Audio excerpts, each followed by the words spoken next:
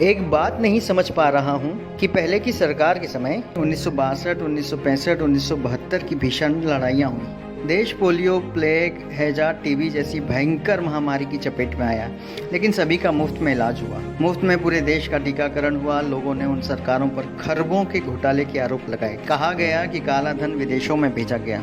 कथित भ्रष्टाचार की खूब चर्चा रही। बावजूद इसके देश में बहुत सारे सरकारी कारखाने व कंपनियां खड़ी हुई। सरकारी अस्पताल, सरकारी कॉलेज, सरकारी स्कूल बने। सरकारी नौकरियों में कोई कमी नहीं रही।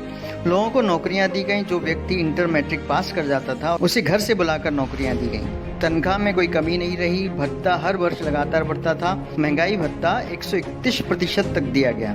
सबसे अधिक वेतन वृद्धि छठे वेतनमान में मिली। सरकारी कर्मचारियों को पेंशन दिया जाता था। देश की जीडीपी 10% से ऊपर थी। आखिर तमाम घोटाले और भ्रष्टाचार से घिरी सरकारें यह सब कैसे कर लेती थी, जो दिव्य महापुरुष की सरकार नहीं कर पा रही है? जबकि वे विदेशों से काला धन वापस ले आए। नोटबंदी से भी देश का काला धन वापस आ गया। जीएसटी से सरकारी खजाना भर गया।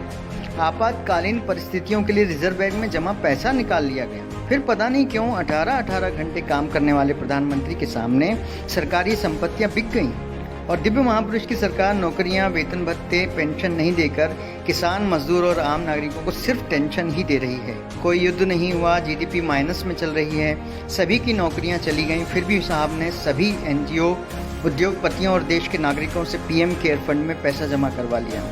उस पैसे से क्या कार्य हुआ, किसी को नहीं पता। देश में बड़ी अजीब स्थिति बनी है।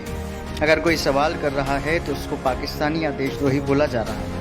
मेरे ख्याल से उन युवाओं को तो अब कम से कम अब जाग जाना चाहिए जो पढ़े लिखे होने का दम्भ भरते हैं।